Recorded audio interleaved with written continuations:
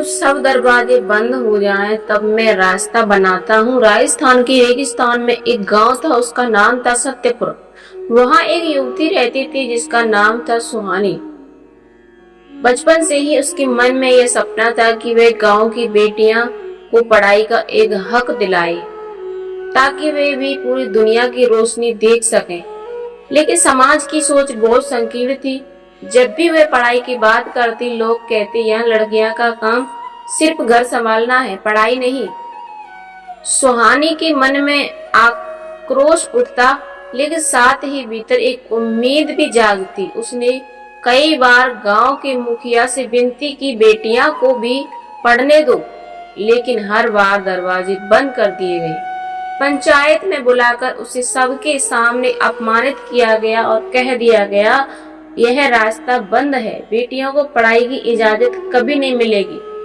उस रात वह बहुत रोई, आकाश की ओर देखा और बोली, हे प्रभु, अब मैं क्या करूं?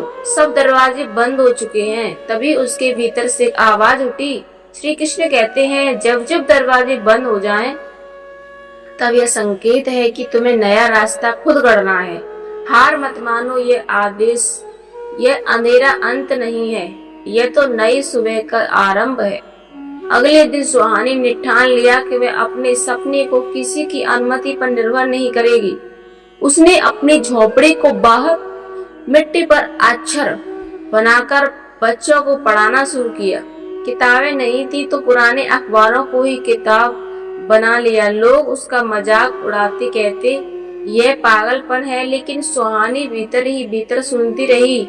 श्री कृष्ण कहते हैं, लोग चाहे कितना भी मजाक उड़ाएं, जो सच्चे कर्म में लगा रहता है वही अंत में जागृत हो बदल देता है। धीरे धीरे कुछ माताएं अपनी बेटियों को छुप छुपाकर सुहानी के पास भेजने लगी। बच्चे मिट्टी पर अक्षर बनाते और उसके चेहरे पर खुशी झलकती। सुहानी को लगता यही उसका असली मंदिर है। समय बीता और उसकी यह झोपड़ी स्कूल का चर्चा का विषय बन गया। जिन लोगों ने उसके लिए दरवाजे बंद किए थे, वही लोग अब कहने लगे, सुहानी, तूने तो असंभव को संभव कर दिया।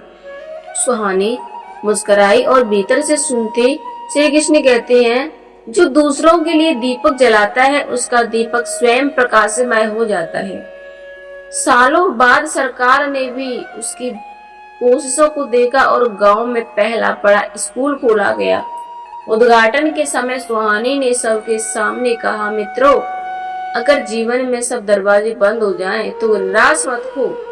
दरवाजे का बंद होना हार नहीं, बल्कि यह संकेत है कि तुम्हें अपना मार्ग खुद बनाना है। श्री कृष्ण कहते हैं, संसार की रुकावटें ही तुम्हारी शक्ति की परीक्षा है।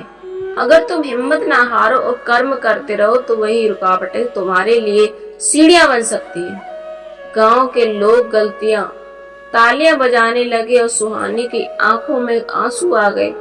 उस दिन उसने अनुभव किया कि सचमुच सारे जब सब दरवाजे बंद हो जाए, तब भीतर का एक द्वार खुल जाता है और उस द्वार पर प्रभु की आवाज लिखी होती है। श्री कृष्ण कहते हैं, निराश का अंधेरा ही आशा की सबसे बड़ी रोशनी है।